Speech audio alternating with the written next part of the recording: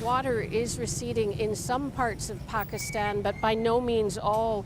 Here in Sindh province, authorities expect that it could take 1 to 3 months for the water to really subside substantially. And what that means is you have large parts of the countryside still full of bodies of stagnant water, which leads to new concerns, fears about a rise in waterborne, mosquito-borne disease.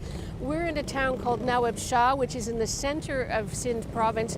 It has a hospital, and we visited one of them run by an NGO called Childlife. The waiting room was full.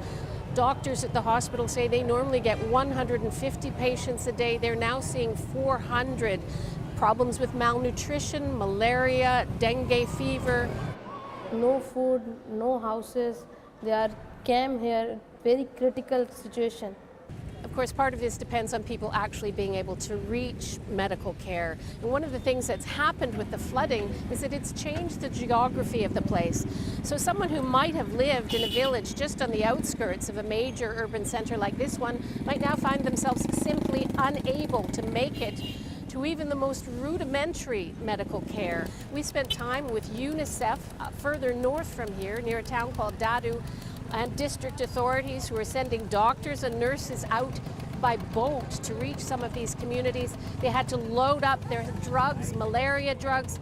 Vaccines had to be kept cold. It's a huge logistical challenge to people. Other problems looming on the horizon, of course, is people suffering in this flood. Many of them were already living very difficult lives, and they've lost their livelihoods. Cotton, wheat, a lot of farm crops gone, and that's raised fears about potential hunger problems down the road. This is a country where some 16% of the population was already dependent on food aid before the flood happened. Margaret Evans, CBC News, Nawab Shah.